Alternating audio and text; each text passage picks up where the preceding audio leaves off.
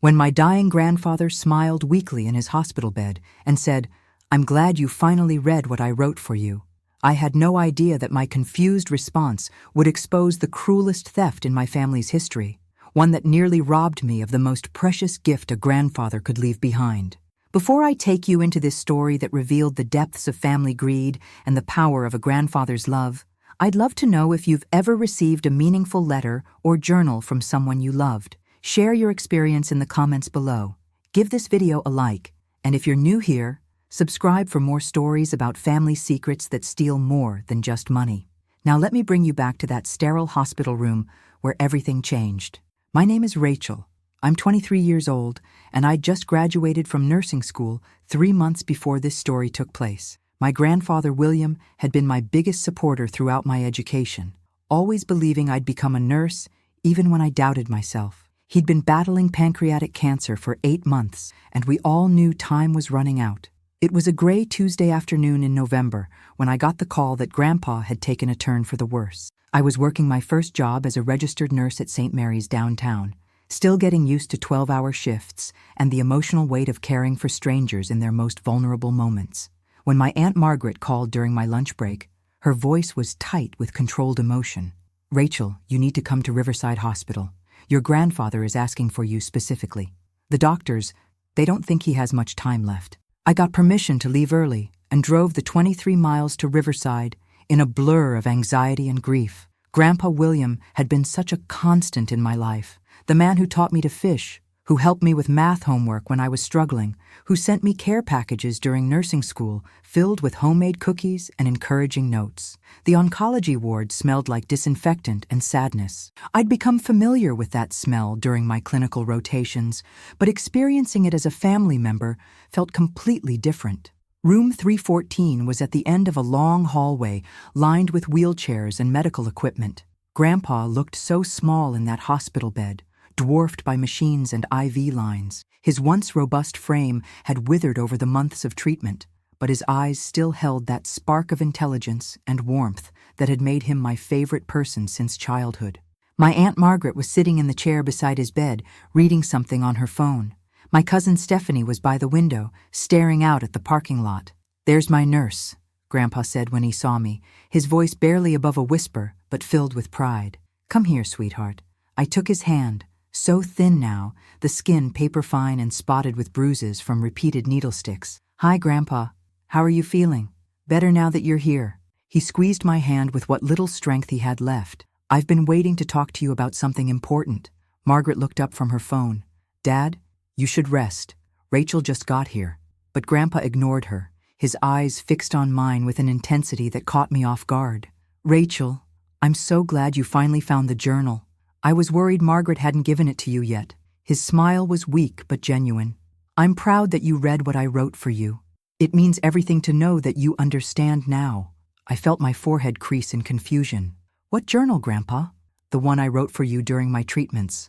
All those thoughts I wanted to share, the stories about our family, the advice for your nursing career. I poured my heart into those pages." His eyes searched my face. "You did read it, didn't you? Margaret said she gave it to you last week." The room suddenly felt very cold. I looked over at my aunt, who had gone completely still, her phone forgotten in her lap.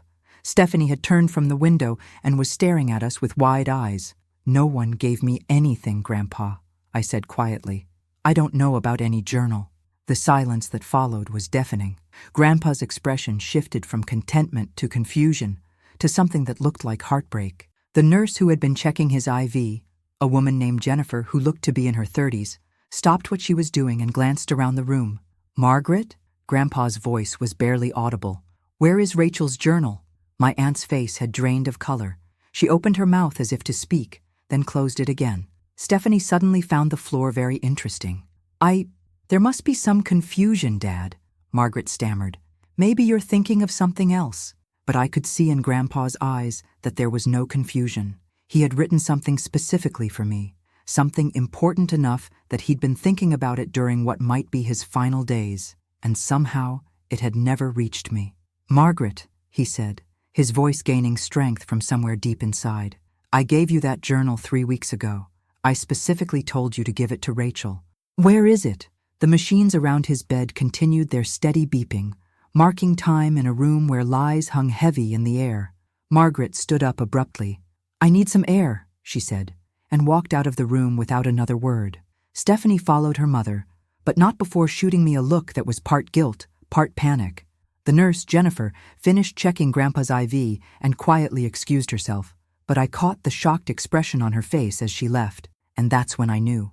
Sitting in that sterile hospital room, holding my dying grandfather's hand while he looked at me with such confusion and disappointment, I finally understood that someone in my family had deliberately kept something precious from me. After Margaret and Stephanie left, Grandpa became agitated in a way I'd never seen before. His breathing became labored, and the monitors started beeping more insistently. Jennifer returned with another nurse, and they suggested I step out while they got him settled. I found myself in the hospital cafeteria, staring at a cup of coffee I didn't remember buying, trying to process what had just happened. My phone buzzed with a text from Margaret. "There's been a misunderstanding. Let's talk when Dad is feeling better." But I knew there was no misunderstanding. Grandpa had been completely lucid, completely specific. He'd written me a journal, given it to Margaret to deliver, and somehow it had never reached me. An hour later, I returned to his room. Margaret and Stephanie were nowhere to be seen. Grandpa was awake, but looked exhausted. "Rachel," he said when he saw me, "I need to tell you about what I wrote." "Grandpa, you should rest." "No." His voice was firm despite his weakness.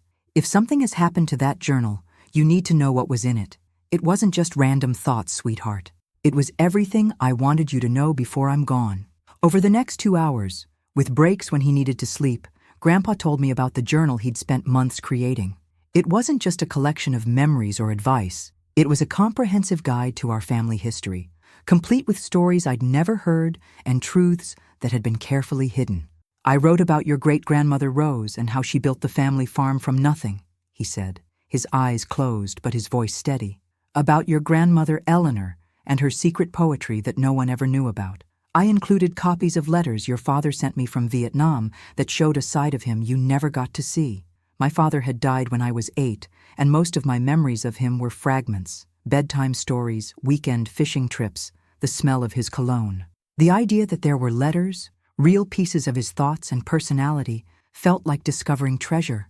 But Rachel, there was something else in that journal, something about our property, about inheritance, about decisions that affect your future." His hand found mine again. "That's why it was so important that you read it. There are things happening that you have a right to know about." "What kind of things?" "The farm, sweetheart. The 160 acres that's been in our family for 4 generations. Your grandmother and I always intended for it to go to you after we're gone. You're the only one who ever loved that land the way we did, who understood what it meant to our family." I remembered countless summers on that farm, helping Grandma in her vegetable garden, learning to milk cows, sleeping in the old farmhouse that creaked and settled through the night like a living thing. After Grandma died 2 years ago, I'd assumed the property would be sold or divided among Grandpa's children. "Margaret thinks the land should be sold and the money divided between her and David," Grandpa continued. "But that's not what your grandmother and I wanted. We wanted it to stay in the family, to be preserved. In the journal, I explained our wishes and included copies of legal documents that support your claim." My stomach dropped. "Grandpa, are you saying that Margaret took the journal because of the inheritance information?" He was quiet for a long moment. "I'm saying that journal contained information some people might not want you to have. Information about your rights, about your grandmother's true wishes, about money that was set aside specifically for your nursing school that somehow never reached you." "Money for nursing school? $15,000, Rachel.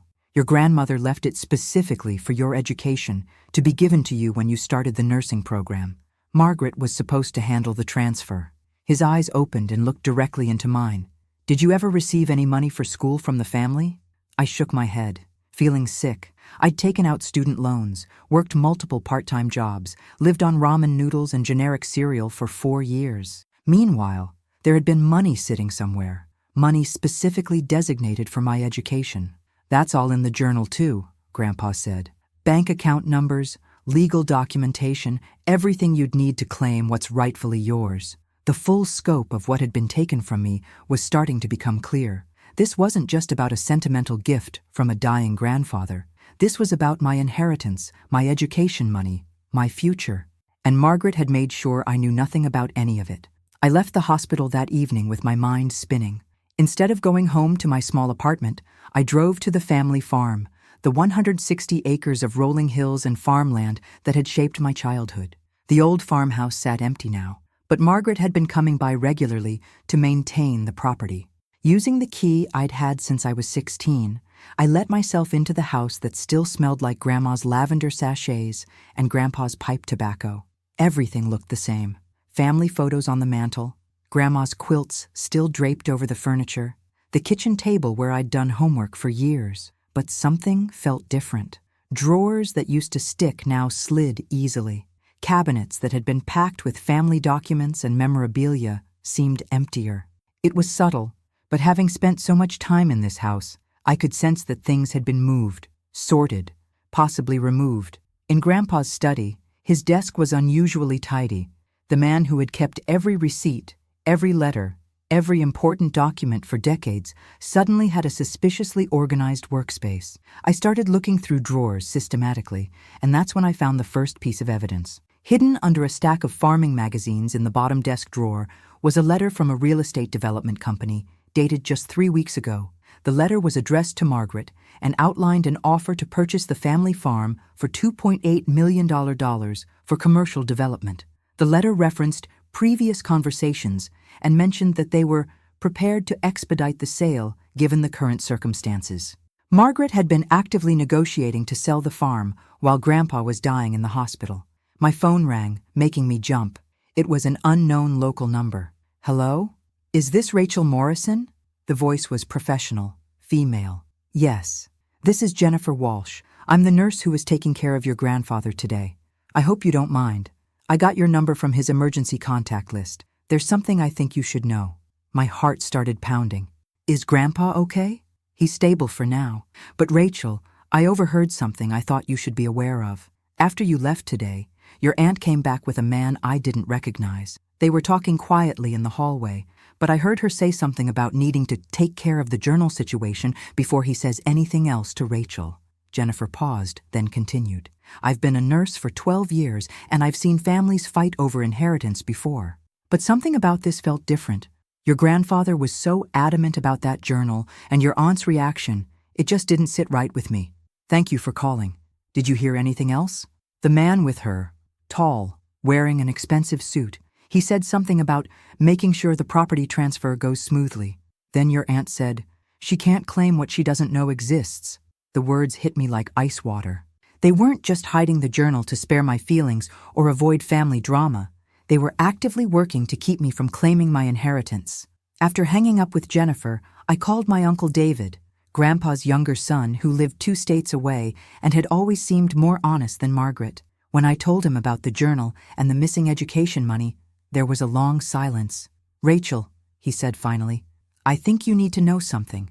Margaret asked me not to tell you this, but after your grandmother died, there was a lot of money and property involved, more than most of the family realized. What do you mean? Your grandparents weren't just farmers, sweetheart. That land has been leased to energy companies for wind farms. There are mineral rights that generate significant income. Your grandmother was much wealthier than anyone knew, and she left very specific instructions about how everything should be distributed. David explained that Grandma had always been extremely organized about legal matters, partly because she'd grown up during the Depression and understood the importance of protecting family assets. She'd worked with lawyers to create detailed wills and trusts that would ensure the farm stayed in the family and that each grandchild was provided for. Margaret has been handling the estate as the executor, David continued. But Rachel, I'm starting to think she hasn't been completely honest with any of us about what your grandmother actually wanted. Uncle David, do you think Margaret still has the journal? I think Margaret has a lot of things that belong to other people, and I think it's time someone held her accountable. The next morning, I called in sick to work and drove straight to Margaret's house, a sprawling suburban home that had always seemed too expensive for someone who worked as a bank manager. I'd always assumed she and her husband were just good with money, but now I was wondering if some of that money had come from sources that weren't entirely legitimate. Margaret's car was in the driveway, but when I rang the doorbell, no one answered. I could hear movement inside, voices talking quietly. I rang again, then knocked firmly. Margaret, I know you're in there. We need to talk about Grandpa's journal." The door opened, but only part way. Margaret peered out through the chain lock, her face drawn and tired. "Rachel, this isn't a good time. It's never going to be a good time. But Grandpa is dying, and he's asking about something that belongs to me. Where is the journal?" "I don't know what you're talking about." But even as she said it, I could see the guilt written across her face. Behind her, I heard Stephanie's voice. "Mom, just give it to her." "Stephanie's right," I said. "Just give me what's mine, and we can all move on." Margaret closed the door, and I heard the chain being removed. When it opened again, she stepped outside and closed it behind her, clearly not wanting me to see inside. "Rachel, you're young. You don't understand how complicated these family financial matters can be. Your grandfather is sick, sometimes confused. He may have written things that aren't accurate. So you admit there is a journal." She looked caught. "There might be some papers." "Margaret, stop lying to me." The words came out louder than I'd intended. "I know about the education money that was supposed to go to me. I know about the farm and the inheritance. I know you've been talking to real estate developers. I know you're trying to sell property that isn't entirely yours to sell." Her face went pale. "Who told you that?" "It doesn't matter who told me. What matters is that you've been stealing from your own family, from me." For a moment, Margaret looked like she might continue denying everything. Then her shoulders sagged, and I saw the fight go out of her. "You don't understand the pressure I'm under," she said quietly. "Do you have any idea how expensive it is to maintain that farm? The taxes, the insurance, the upkeep, and Stephanie's graduate school costs, and my own mortgage. So you decided to steal money that was specifically set aside for my education?" "I borrowed it. I was going to pay it back." "When? How? You've been planning to sell the farm without telling me I have a claim to it. You've been hiding legal documents and family information. This isn't borrowing, Margaret. This is theft." The front door opened, and Stephanie emerged, holding a leather-bound journal in her hands. She looked like she'd been crying. "Mom, I can't do this anymore. This is wrong, and you know it." She walked past her mother and handed me the journal. "I'm sorry, Rachel. I tried to tell her to give it to you weeks ago." The journal was heavier than I'd expected, filled with Grandpa's careful handwriting. Just holding it, I could feel the weight of all the love and thought he'd put into it. "There's something else," Stephanie continued, ignoring her mother's sharp look. "Mom has been forging some of Grandpa's signatures on legal documents. She's been trying to change the beneficiaries on some of his accounts." Margaret's face went from pale to ashen. "Stephanie, that's enough." "No, it's not enough. Rachel deserves to know the truth." Stephanie turned back to me. "There's a safe deposit box at First National Bank. Mom has been telling everyone it's empty, but I saw her take papers out of it last week. I think those papers might be important for your inheritance." The scope of Margaret's deception was staggering. This wasn't just about hiding a sentimental journal or even about the education money. She had been systematically working to redirect my inheritance to herself and her daughter. "Margaret," I said, my voice shaking with anger, "you have until tomorrow to return every document you've taken, every penny you've stolen, and every legal paper you've hidden. If you don't, I'm going to the police and I'm calling a lawyer. Rachel, please, if this comes out, it will destroy our family." "No," I said, clutching the journal to my chest. "What you've done has already destroyed our family. I'm just going to make sure there are consequences." That evening, I sat in my apartment and read every page of Grandpa's journal. It was like having a conversation with him, hearing his voice in every carefully chosen word, feeling his love in every story he shared. The journal was divided into several sections. The first part contained family history I'd never heard. Stories about how our great-great-grandfather had purchased the original 40 acres with money saved from working in coal mines, how the family had slowly expanded the property over generations, how each piece of land had been earned through sacrifice and hard work. The second section was about my father. Grandpa had included copies of letters Dad had written from Vietnam, pages that revealed a thoughtful, frightened young man who missed his family desperately and dreamed of coming home to farm the land and raise children who would understand the value of hard work and family loyalty. Reading my father's words as an adult, understanding his hopes and fears, was like meeting him for the first time. But it was the third section that brought me to tears. Grandpa had written extensively about me, about watching me grow up, about recognizing that I was the grandchild who truly loved the farm, who understood what it meant to our family legacy. He wrote about conversations we'd had when I was young, about how I'd always said I wanted to live in the farmhouse someday and raise my own children there. Rachel, he'd written, of all my grandchildren, you are the one who carries the heart of this family. You understand that wealth isn't just about money.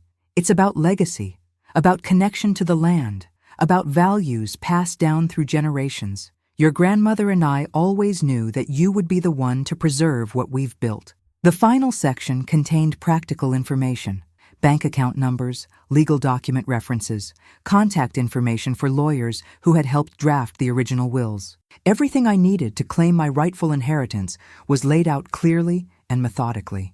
There was also a letter from Grandma, written shortly before her death and sealed for me to find in the journal. In her familiar handwriting, she explained that she and Grandpa had always intended for me to inherit the farm, along with $200,000 in savings and investments that were meant to help me maintain the property and build my own life there. The next morning, I returned to the hospital with the journal. Grandpa was more alert than he'd been in days, and when he saw the journal in my hands, his entire face lit up. "You found it," he whispered. "Actually, I fought for it. But yes, I have it now." I spent the morning reading him passages from his own writing, sharing his memories back to him, and asking questions about the family stories he'd preserved. For the first time since his diagnosis, he seemed completely at peace. "Grandpa," I said, "I want you to know that I'm going to fight for the farm. I'm going to make sure your and Grandma's wishes are honored." "I knew you would," he said. "That's why I wrote it all down. I knew that someday someone might try to take what belongs to you, and I wanted to make sure you had the tools to fight back." The legal battle that followed was messy and painful. Margaret had indeed been forging signatures and redirecting funds. The safe deposit box Stephanie had mentioned contained the original wills and trust documents that proved Grandma and Grandpa's intentions clearly. In the end, Margaret was forced to return over $180,000 that she had moved into her own accounts, plus the $15,000 education fund that should have gone to me years earlier. She also faced criminal charges for forgery and theft, though she ultimately accepted a plea deal that involved restitution and community service. Stephanie, who had been an unwitting accomplice to much of her mother's scheme, testified on my behalf during the legal proceedings. She and I have slowly rebuilt a relationship based on honesty rather than family obligation. Grandpa passed away 6 weeks after I received the journal, but he died knowing that his final gift to me had been preserved and that his legacy would continue as he and Grandma had always intended. Today, I live in the old farmhouse, working as a nurse at the regional hospital during the week and maintaining the farm on weekends. The property generates enough income from agricultural leases and wind farm royalties to support itself, just as Grandpa had planned. But more than the financial inheritance, the journal gave me something invaluable: a connection to my family history, an understanding of my father I'd never had, and the knowledge that I was loved deeply and intentionally by grandparents who saw in me the continuation of everything they had worked to build. I keep the journal on my nightstand and read from it regularly. Whenever I'm facing a difficult decision or feeling disconnected from my purpose, I turn to Grandpa's words and remember that I am part of something larger than myself. The most important lesson I learned from this experience is that family loyalty shouldn't require you to accept theft or deception. Real love doesn't hide truth. It preserves it, protects it, and passes it down to the next generation intact. If you're dealing with family members who are trying to keep you from your rightful inheritance, or if you suspect that important family information is being hidden from you, trust your instincts and fight for the truth. Sometimes the people who are supposed to protect your interests are the very ones undermining them. Thanks for listening to this story about love, legacy, and the courage it takes to stand up for what's rightfully yours. If this resonated with you, or if you've dealt with inheritance theft in your own family, I'd love to hear about it in the comments below. Hit that like button if this story reminded you to document your own family history and wishes clearly, and subscribe to hear more real stories about fighting for truth, even when it's complicated and painful. Sometimes the most precious gifts come to us through the greatest struggles.